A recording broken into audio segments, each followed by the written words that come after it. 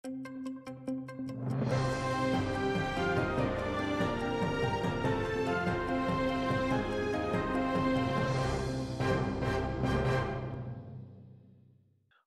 prezidenti şimdi muzokerələrinin uç formatı iki taraflı ve bir uç taraflı işlenilgenini aytdı. Ukrayna doğrudan-doğru diyalogga hazır ama Kreml daha doğru cevabını vermedi. Zelenskiy Makron yanında sübetleşti, ilerideki adımlar hakkında öz fikirlerinin paylaştı. Bularının hepsi Putin ve Trump arasında olabilir kuruşu fonda olup geçe. Мүмкін olgan muzokeralar hakkında fikirler vaqtında Rusiya prezidenti Trump'nin Birleşik Arap Emirliklerde görüşmege hazır olganını aytdı. Putin Zelenskiy'nin kuruşuvga karşı olmaganını da kaydetti. O ayrıca kaydetti ki Rusya'da kuruşuvlarını teşkil etmege yardım edecek çok dostlar var. Lakin o Kenne'de konkretlikten vazgeçti.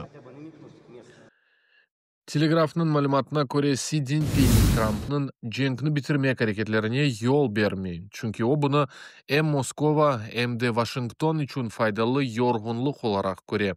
Pekin'nin malumatına göre Ukrayna'daki cenk 2027 senesi Tayvan'a olabilir. Kıtay ucumu arifesinde iki rakibinin de zayıflaşmasına imkan veriyor. Bu Xitayның iki tarafka yollagan iki katlı signallarını anlatabiliyor. Azerbaycan prezidenti İlham Aliyev, Donald Trump ve Ermenistan baş naziri Nikol Paşinyan'ın muzakere etmek için Washington'a geldi. TRIP anlaşması Trump'ның halkara tinchlik ve rahatlık için yol haritası imzalanması beklenili. O Ermenistan'dan Naxçıvan'a tranzit koridorunu yaratmakını közde tuta, bu ise çoktan beri peyda olgan territorial karşılıkını çizecek. Yarın kararlı toplaşuvlar ve ortak beyannamenin ilan etilmesi gerek. Volgograd vilayetinin Surovikino şehrinde dronlar demir yol vokzalının memuri binasına uruldular. NASA yoldaşları yangını yazıp aldılar. Rosaviatsiya regionunda uçuvlarga muvakkat sınırlavlar koydu. Surovikino Volga demir yolunun muhim yük stansiyasıdır. Onun vastasının Kırımga logistika keti. Dronның da bir ucumu Rusya Federasyasının tılında trenliklerde cebinin genişlegenini gösteriyor. Slavyansk na Kuban şehrindeki yarbi bölükке BPLA ucumu ve Afipski Yermay rafinarlayıcı zavodunun yenilmesi neticesinde Rusya Federasyası teritoriyasından Kırım'a 7 tren ve Kırım'dan Rusya'ya da 4 tren keçiktirili. Bu Rusya ve Kırım'ın logistika infrastrukturasının dron cümlelerine karşı zararlı olganını Kenne'de izbatlayın.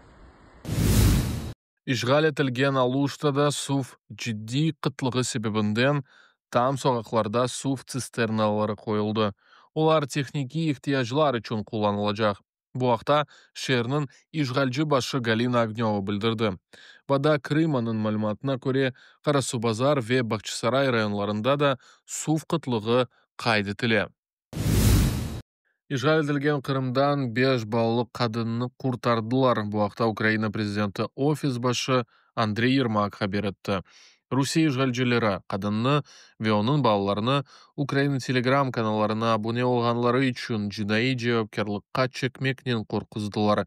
Hafını anlap, Kuranta bir kaç memleketten keçip Kiev'ge barıp yedi.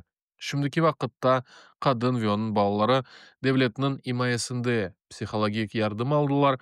Balalarının da mektepte ve bala bakçısında endi yerleri var.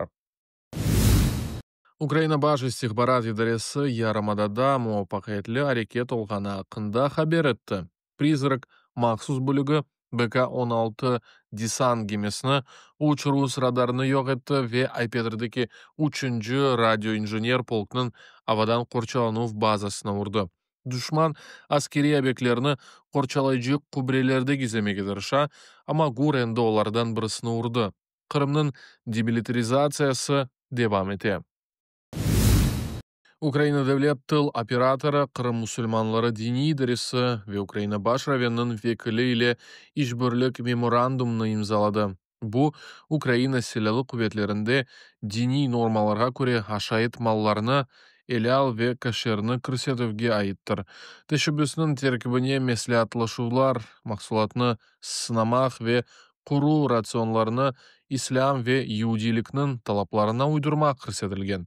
Бу аскерлердин диний инанчыларына урмет көстөрүү жолунда муhim адымдыр.